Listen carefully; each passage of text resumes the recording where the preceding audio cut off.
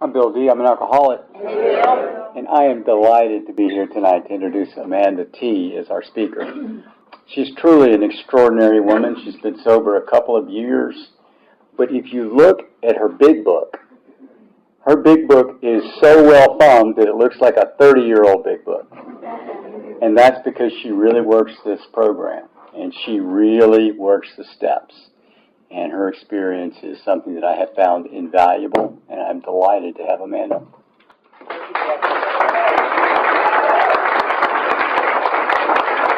Thank you. Thank you, Melissa, Tim, Bill. I'm Amanda, and I'm an alcoholic. Just a couple weeks ago, a friend was up here who has 45 years sober. In the last couple weeks, the speakers have been amazing. My sobriety date is July 17th, 2022. So I have about 2 years and change. So I don't know who let me up here to share tonight. But I am grateful for the opportunity. One thing I was thinking about is how much power my story has had over me historically. Anyone finding out about it, anybody finding out about what was going on with me was like worst case scenario. So the ability to share honestly, the more that I talk about it, the more that I'm able to like get out what has happened and what's going on the inside, the more it builds understanding and awareness for my recovery. And so doing stuff like this helps me work out not only what has happened, but what's going on in real time. So I really appreciate you all being here to listen. It's helpful. I would say a little over 2 years ago, I was on my way back to treatment. This was my 7th detox intake, and it was on my way to my 8th treatment intake. I was living in Nashville at the time and absolutely crashing and burning. And my mom and my aunt packed me up in the car again. And I vomited all the way to Dalton, Georgia in a plastic bag in the back of my mom's car in a plastic bag. And then I got out and was in a McDonald's parking lot, and I vomited in the McDonald's parking lot, and like couldn't keep anything down, but I was so hungover and so sick and so depleted that like I couldn't drink anything, I couldn't not drink anything, and then I got in the back of a random Lyft vehicle and proceeded to vomit in the back of that woman's vehicle all the way to Black Bear Lodge in Georgia. So now I'm here, and it's a couple of years later, and at that time I would not have been able to foresee doing this evening because I just didn't think I would be able to stay sober. It hadn't been my experience to date, the ability to stay sober. And so how did I get to that point? Back it up a little bit to provide some context, trying to share what it was like, what happened, and what it's like now. I'm the youngest of 3 girls, so I grew up with my parents and 2 sisters. We grew up in a Church of Christ household, so for those that don't know, it's very conservative. So like my upbringing really revolved around going to church, and we would go Sunday morning, Sunday night, Wednesday evening, plus. And the church that my parents found, I grew up in Southern Ohio. It was like over 35 minutes away, one way. So we would pass by this sign that said like, "A church alive is worth the drive." And that was like our family motto. And so I grew up doing that, playing tennis, going to school. I liked school, so I was kind of one of those that was just like, do all the things you're supposed to do. But this like church upbringing, it was very intense and pretty conservative, and so it was kind of like, just make sure you don't do anything wrong. And then if you don't do anything wrong, you're fine. But if you do, like, good luck to you. And so the plan was just to never do anything wrong and to never show any weakness. Don't need anything. Don't rock the boat. If something was wrong, are you already fixing it? Do you already know what you did? Do you already know what you need to do? Okay, great. And so that set up the dynamic that if I seemed okay, I was okay. And if you approved of me, I approved of me. And if you were proud of me, then I was worth being proud of. And so it was kind of this way of being where, like, what the outside looked like was much more important than what was happening on the inside. And that's kind of like how I learned to operate. And that worked pretty well as far as I knew, because I didn't know anything different. And so I played a lot of tennis growing up. So I did well in school. I was in junior tennis, top of the juniors. I won a couple high school championships, went to a D1 college, played for D1 college, top 10. And by the end of college, I was in a place where I had a chance to play pro tennis. So I played some professional tennis as well after that. I actually hated playing pro tennis, but it was like the idea of it was so good that I wanted to like make it work. And so that was just another way that it was like what's happening and what it sounds like my life looks like is much more important than what's actually happening. Through middle school, definitely solidified in high school. I was constantly like achieving things, but internally I was perpetually scared, unsatisfied, very self-conscious. I have generalized anxiety and depression, but I wasn't able to access or understand that that was a part of who I am, or things that I may have to deal with, because I was like steamrolling my way through life. So as long as I was like going through, accomplishing, doing things, then like I wasn't slowing down enough to like get in touch with that internal side of myself. My first drink was in high school. It was like with some older people, and I thought it was pretty cool. It was very, like I remember having a great experience with it. It wasn't anything like, I didn't get drunk the first time I drank or anything like that. It was just like, I feel so relaxed and I feel so cool.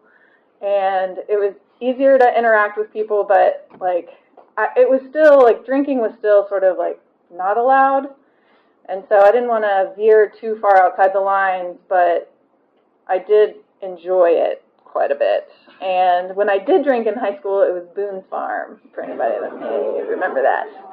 And that was like just so delightful to me. And so I didn't really have like negative experiences with alcohol pretty early on. But I went to a D1 college, and it was there. My two older sisters went to smaller Christian colleges, and I went to this school that was just like work hard, party hard. And I learned that, and I did work hard, but I also started to party hard. And I didn't really know how to like integrate. I was still like trying to be president of the Fellowship of Christian Athletes and do that authentically, with also knowing like I really liked to go out on the weekends, and I liked being able to drink as much as I wanted to. And I didn't really know how to like weave the extreme conservatism and like this judgmental tone that I'd grown up with like this bigger life that I was starting to experience, where there was just the way of being that was making sense to me in the world didn't sort of square with the upbringing that I had. And so I was constantly trying to be like respectful of my upbringing and respectful of this like religious, intense, make sure that you do the right thing, with like life is big, and learning about other people and other things. And I didn't even know that I was a fundamentalist Christian until I got to college. And then I was taking like this religion course, and they were like, Church of Christ, it's fundamentalist. And I was like, I don't know what that is, or that I was that. So there was kind of like a lot of learning along the way of what was going on. But I bring that up just because I started to sort of deconstruct my faith. And it was kind of like, I don't know that I'm really loving everything about my upbringing and about what this means for my life. And I also wasn't accessing it in a very real way where it was making a difference in my life. So it was kind of more about like, don't do anything wrong, stay within the lines, than it was about like really having a spiritual existence or way of being. I also hated my body. I was like starting again in middle school. I was like the friend of pretty people, but not one of the pretty people. I was bigger than everyone else. I felt like I was taking up too much space, and I didn't really know what to do with that because I was athletic and I was a tennis player and all this stuff was happening with that. But it was like my body was wrong, and I got bullied a little bit for that. But it was like when I heard the bullying, the way I internalized it was kind of like, you're just saying something that's true, and I'm the one that's in the body, and I'm the one that's wrong. So like, it was my fault that was happening. And so like other people could tell me that I was okay or tell me that I was pretty, but I was like, you're just saying that, and I know the truth, and you can't fool me. And so I developed this really like tumultuous relationship with food and with my body, and just my body is like separate from who I am, and despising it. And that helped me treat it as crappy as I needed to, and as crappy as it deserved. And I also bring that up because that plays a part into how I behave as an alcoholic. Like, whatever I do to this thing, who cares? We don't like it anyway. So I spent my 20s in grad school, work, trying to be an adult, just trying to move fast enough to ignore any problematic feelings. Alcohol was definitely a part of my life, but it wasn't central to my life. So it was becoming more and more important in my social interactions, and I'd like go out and whatever, but I had a lot of friends from my church environment, and I had friends from school environment, like, I don't know. So it didn't feel like it was a huge part of my life. I got married in 2014. I was very nervous that I was going to mess it up, because I just like had this underlying feeling like something's wrong with me. I'm going to find a way to mess this up. But I was managing so well at the only way I knew how to manage life that I just kept going. And it was like, I don't know. This, like, the train was moving so fast. It was like, I can't do anything to slow this train down. And so I'm just going to stay on it. I had plenty of embarrassing moments, but nothing that would cause me to change my behavior. So, like, I was a bridesmaid in a wedding on New Year's Eve, and I drank so much during the day that I passed out on a toilet before midnight even hit, and I missed like some important pictures, and I had to get like carted home. My now ex-husband, but my husband's 30th birthday, we had people over, and then we went out after that. Somebody else found me passed out on a toilet. There's a lot of toilets in my story.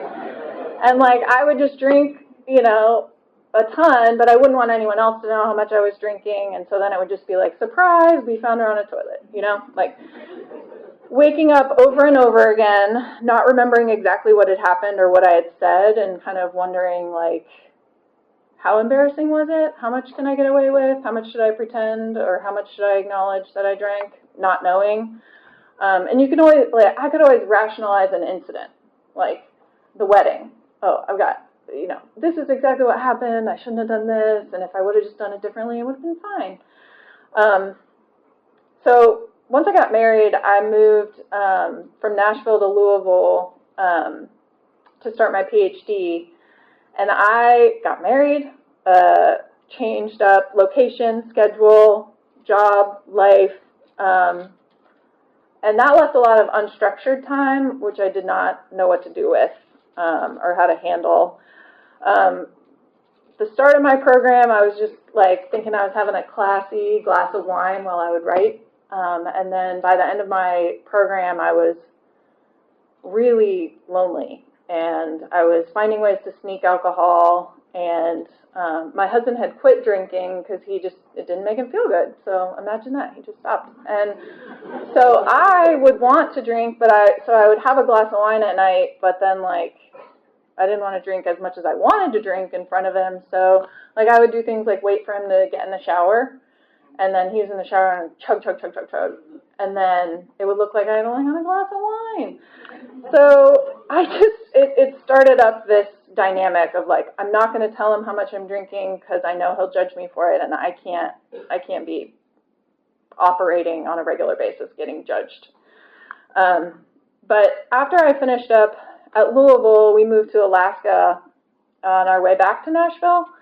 And it was in Alaska where I was trying to finish up my dissertation. I did not know anyone. I did not have anyone out there, and I was staying in like 1-bedroom hotel rooms or studio apartments, and just like so miserable. Like depression and anxiety definitely caught up with me, and I could not like figure out how to move forward. And I started drinking, and like he would go off to work for 12 or 14 hours at a time, and I would try to be productive, but I didn't know how to be productive, and so I would just find ways to sneak alcohol and then just watch TV for like 10 or 12 hours in a row. And it was just like, I don't know what I'm doing. I don't know what I'm supposed to be doing with life.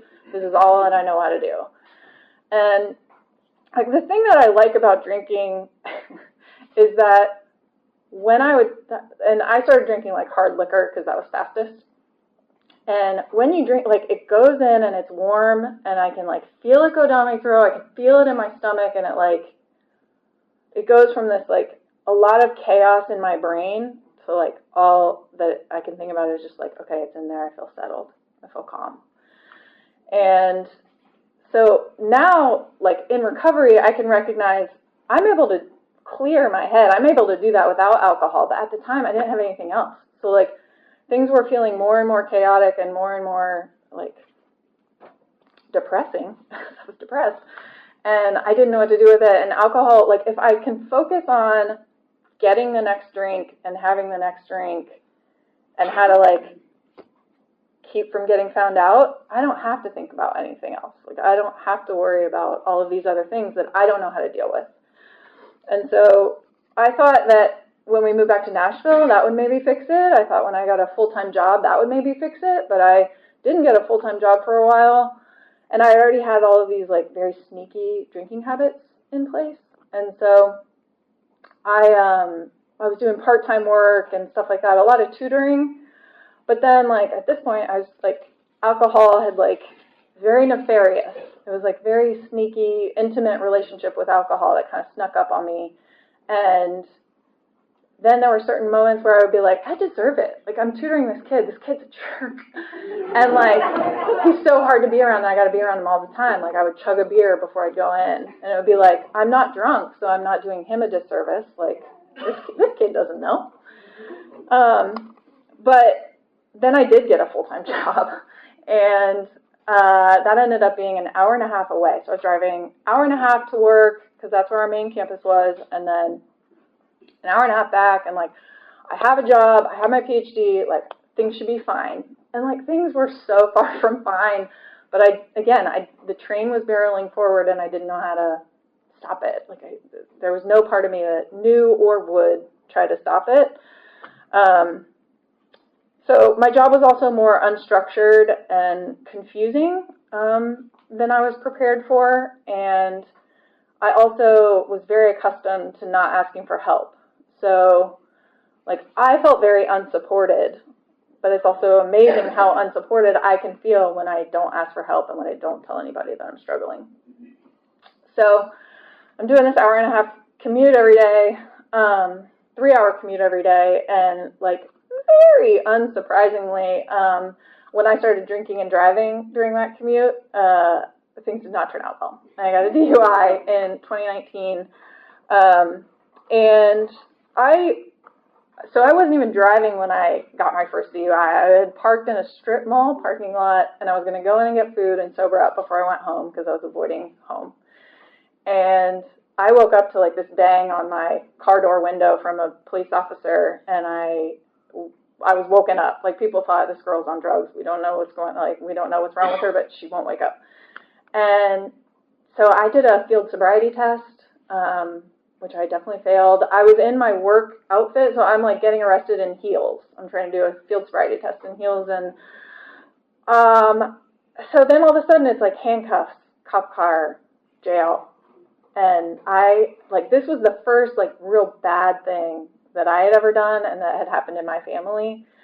And so it was so surreal. It was just like, this is not reality. Like, this is not my world right now. And then on my way to work the next morning, I stopped at the liquor store. Because it was like, this is too much. I can't do this.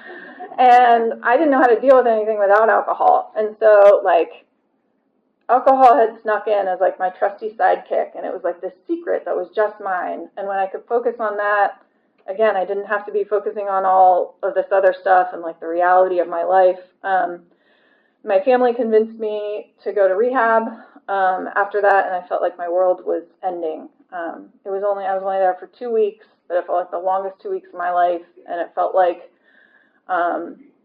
you're an alcoholic now, and this is exactly what you need to do. We want you to do ABC, and if you do ABC and you don't question it and you don't deviate, then you're going to have this sobriety that we want for you. It was like, I don't want sobriety. Like, I don't want that yet. But I did want to follow the rules, and I did want to please everybody. I wanted to be a good wife. I wanted to be a good daughter. I wanted to be a good aunt. I wanted to be a good sister. I wanted you to be able to rely on me, but I couldn't really rely on me. I was feeling like so out of control. I was so miserable and so confused that I couldn't make it through a day without wanting to like crawl out of my skin. And I also, now this was a taste of like living outside of the lines. And I had always lived inside the lines, and I felt like everybody in especially my immediate family was like, we live inside the lines. But now I was like, well, she's been to jail, so we don't know what's going on with her. And it felt like no one could understand me or grasp what I was going through or what I needed. And I was like very alone. But alone was also where I was safest. If you couldn't understand me and you didn't know what I was going through, then any advice that you had for me was kind of irrelevant.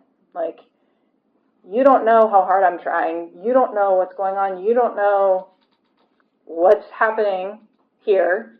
So if you're trying to give me advice and you're trying to direct what happens in my life, I can avoid you. I can reject that. I can deny it. I can delay it. I did a lot of delay until I couldn't anymore. But I was really freaking everybody out around me. Like, I was driving drunk all the time, you know, even after the DUI. And so they did things like put a breathalyzer in my car before it was even required by the state. Yeah. And my parents flew in one week. My dad drove me to work every single day, made that 3-hour commute every single day. Like, the amount of control that they wanted to exert over somebody who was out of control, it only made me want to control my drinking even more. And so there was just, honestly, I feel like my husband was trying really hard. I feel like he really tried. Like, he wanted to be there. He wanted to be a good partner, and he wanted to figure out how to do it with me. But, like, the message that I was hearing was, if you would just fix yourself, we would be fine.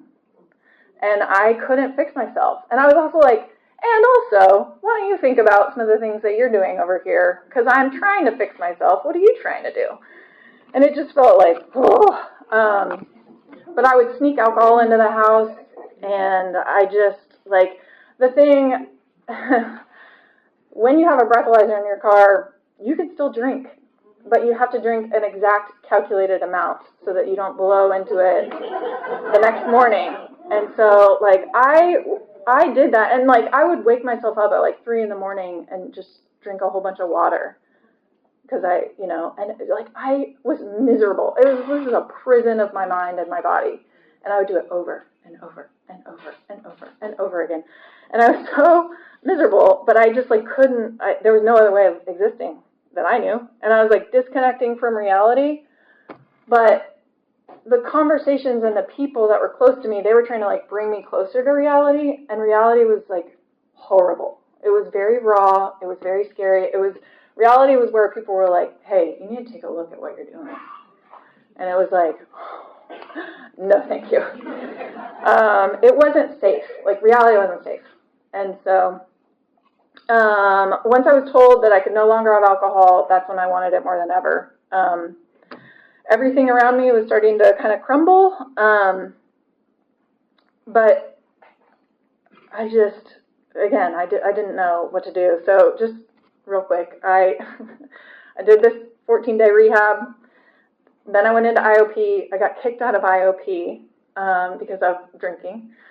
And again, I'm like, I'm supposed to be the one that lives inside the lines. I'm getting kicked out of an IOP. Like, reality, like, I was not recognizing what my life looked like. I did one-on-one therapy. I did marriage counseling. I drank through both of those things. COVID hit, and then I had family intervention, and I had to go to Black Bear.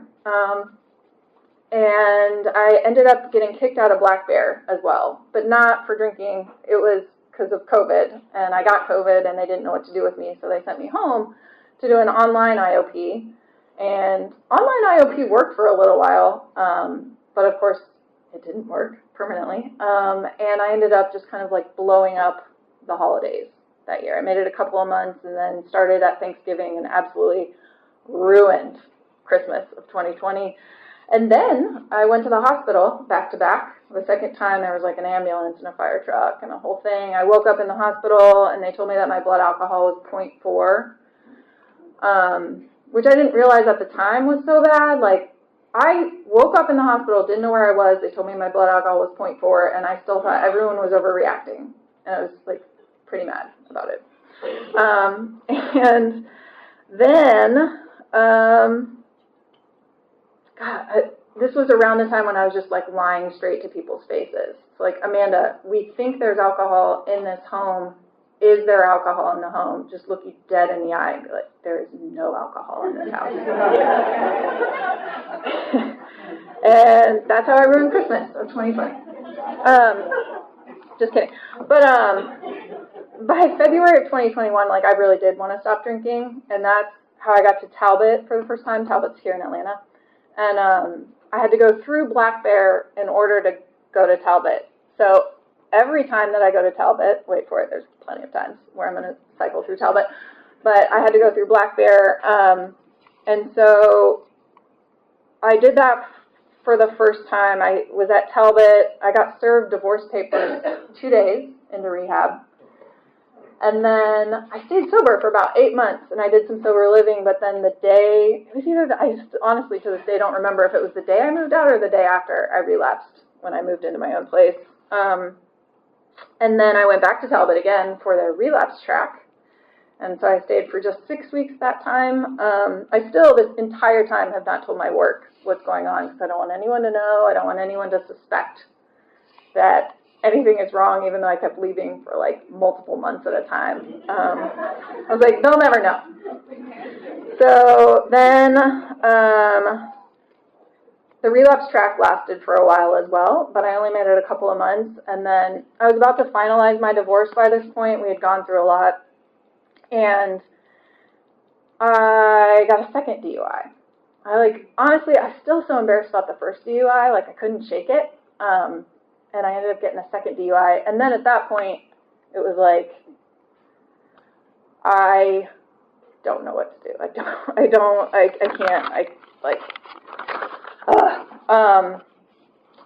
Rehab was okay, because rehab was always a safe space for me, where I would remember that I was a human being. So I would become a person again, and rather than like this outwardly facing person, but like on the inside, kind of like dead inside, shell of a human being.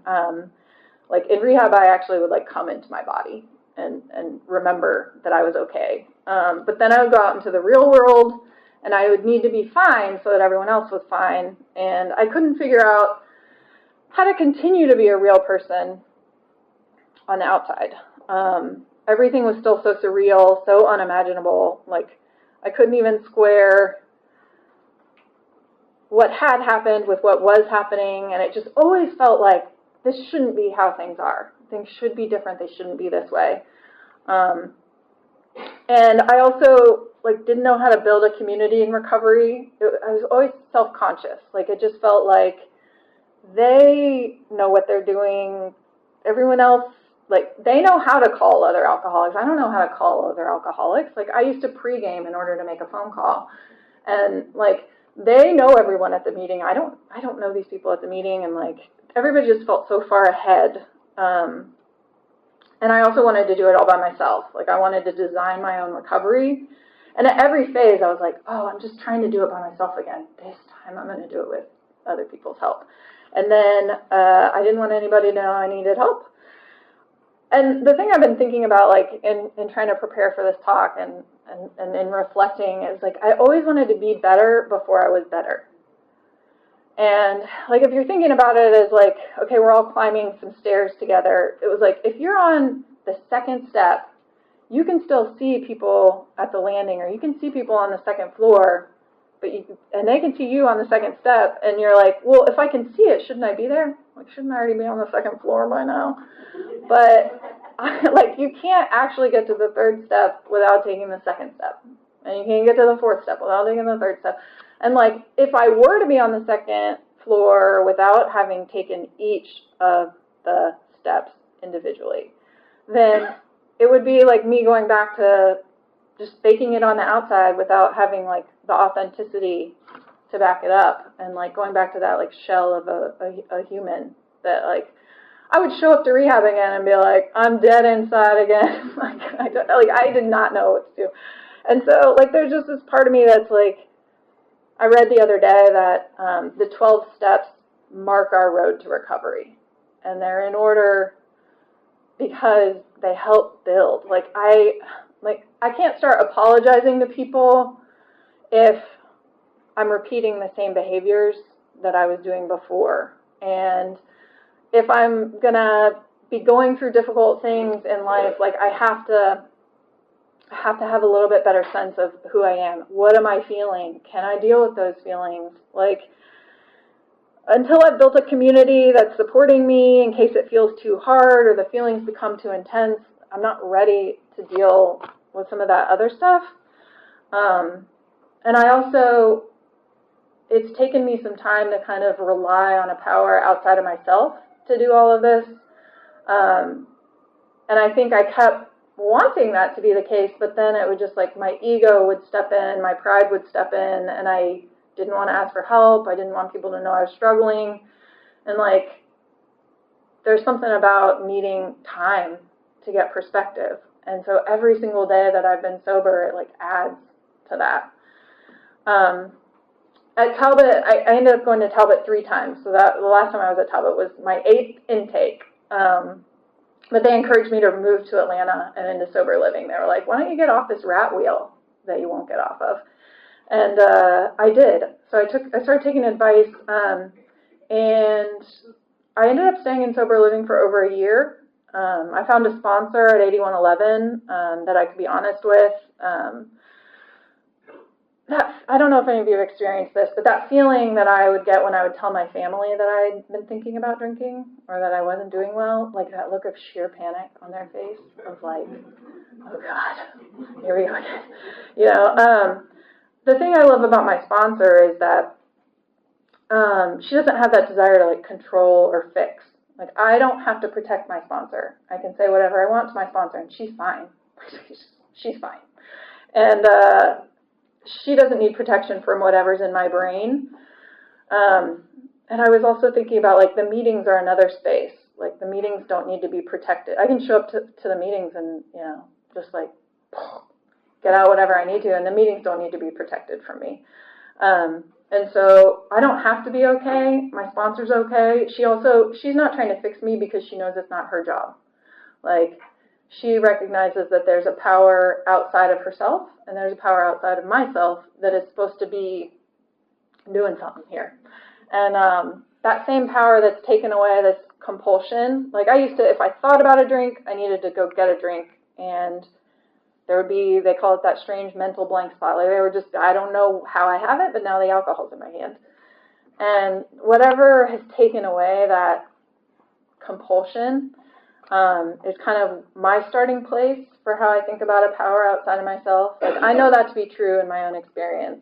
And so let's tap into that and see what else is there. Let's go from there. And that's kind of helped me. Like, I have this religious upbringing that I want to be respectful of, but at the same time, like, I don't know how to use a power greater than myself on a day-to-day basis, and this program has kind of taught me about what that might look like for me. I heard recently another speaker say that they were struggling with the spiritual part of the program, and somebody said to them, there is no other part of the program.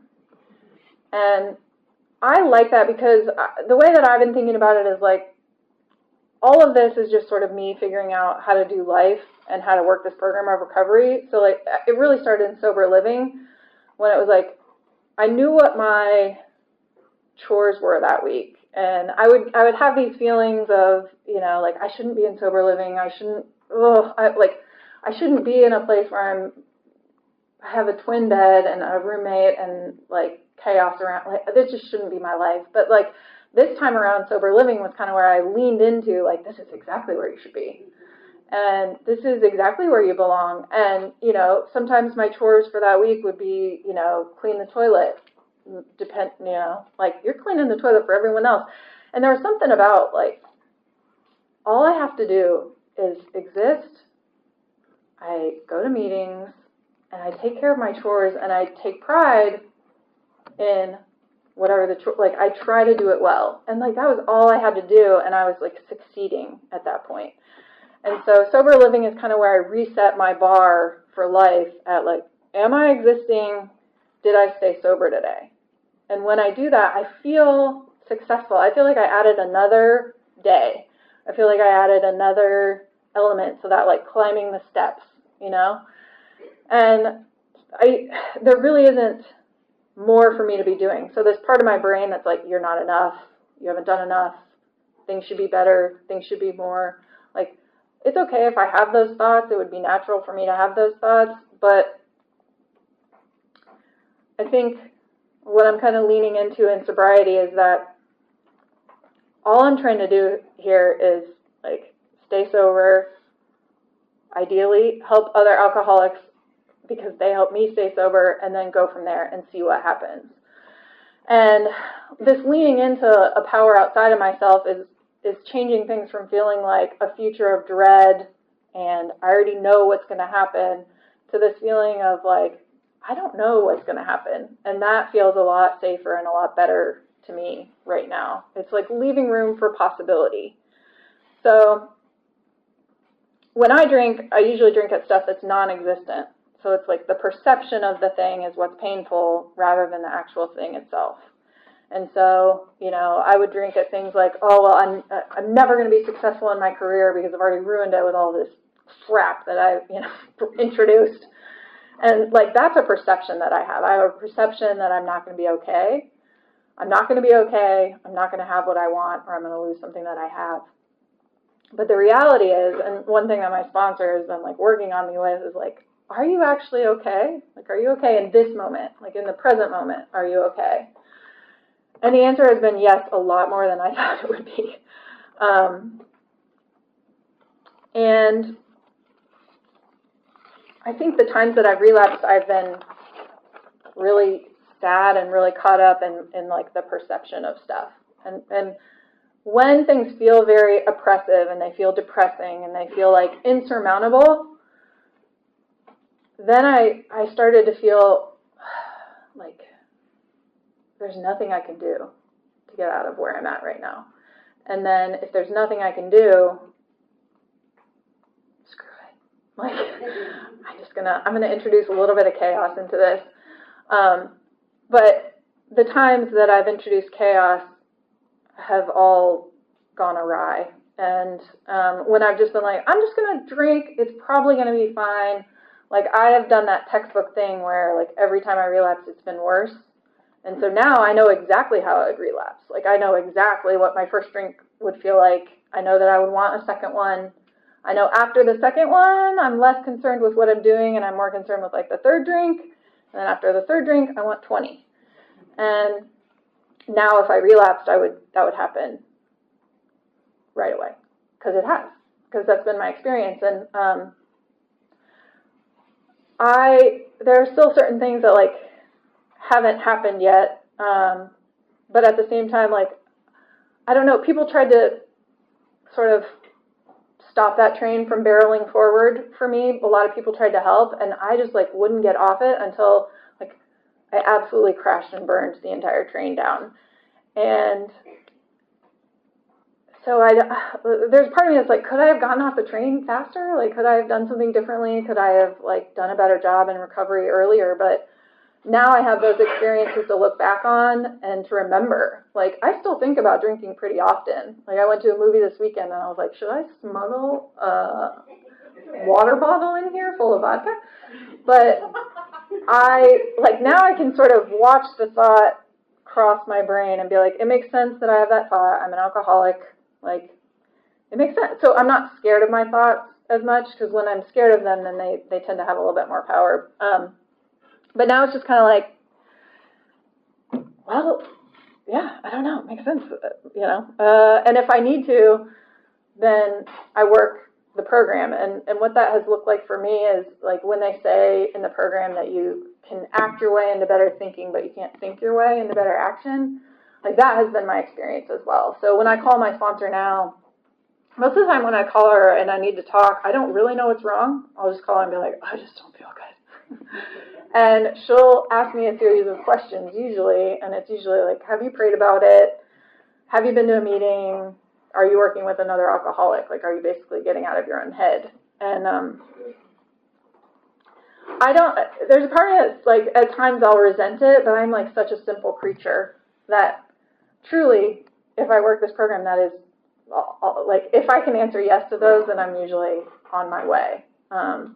Like, I really just need to call somebody else, or, like, usually when I'm supposed to call somebody else is when I least want to see or speak to another human being.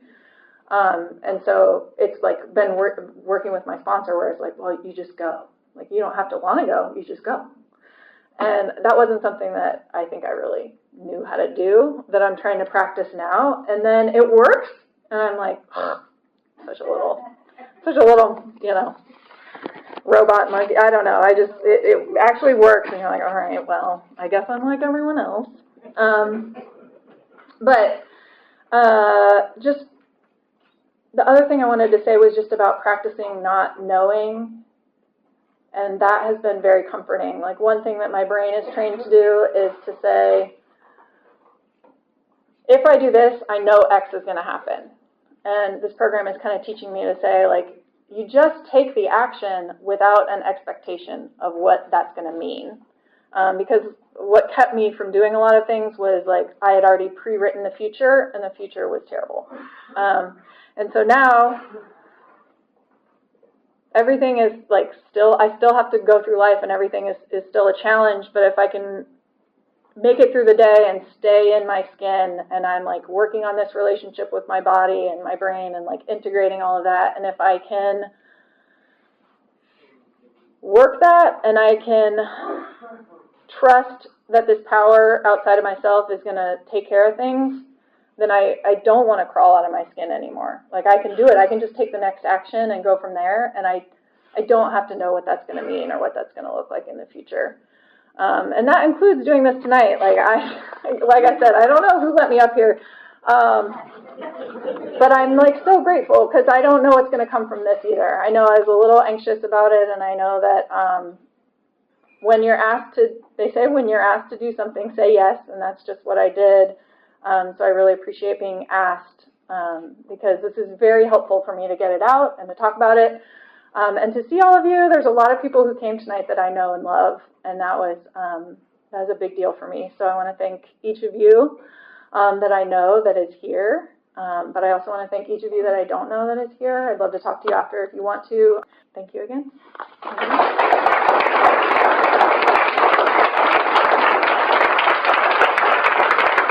Thank you once again, Amanda, for your story. And I've asked Amber to come up and hand out the chips. Hey, I'm Amber. I'm in recovery. Hey, I'm going to go through the chips, offer them out, kind of just explain them a little. The first one we have is the white chip. I'm tired of the high cost of low living. It's the only one you get for free. Anybody want to pick up a white chip tonight? All right. After that, you earn 30 days, 1 day at a time, with a camel on it. Anybody have 30 days?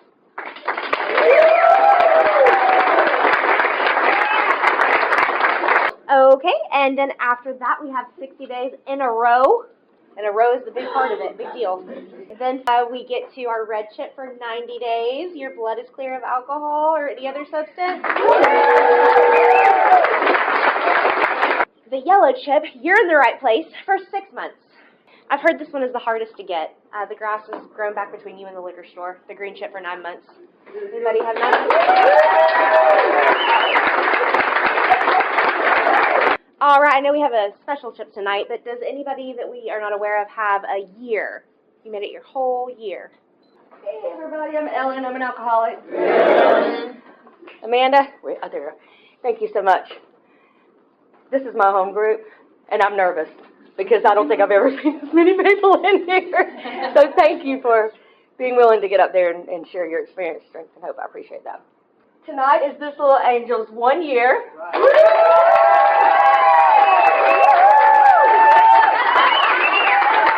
I am just so grateful that she saw something in me and asked me to be her sponsor.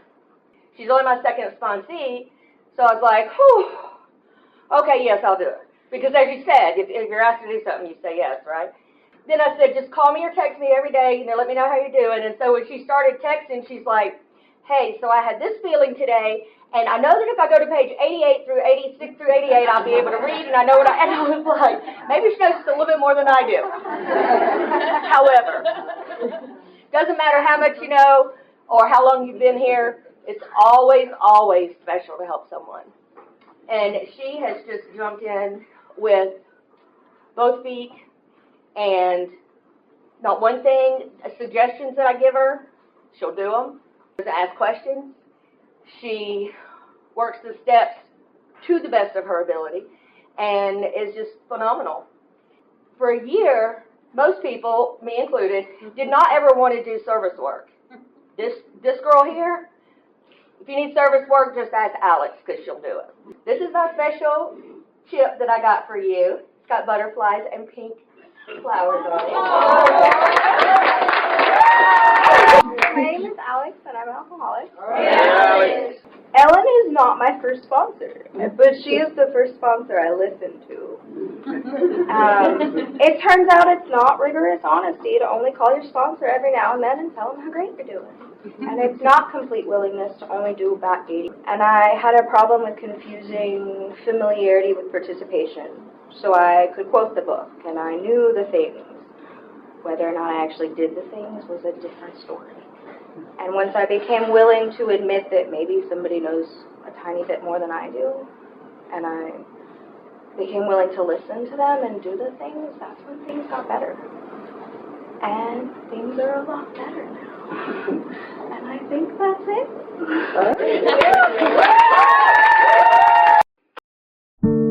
First I slept, and then I crept to a hope-filled dream. You rescued me, and finally, waking there I see. I look into love's window for a soul that's meant for me. Takes me where the promises are real.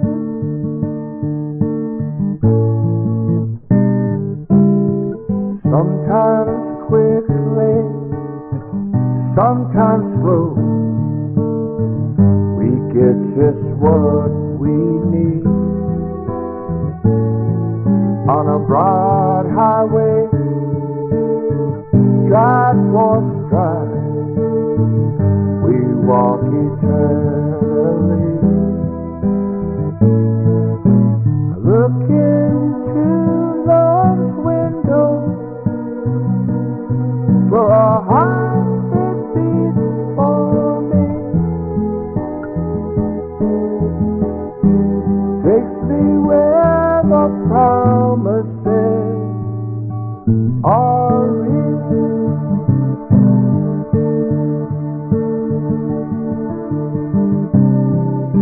And I always long for something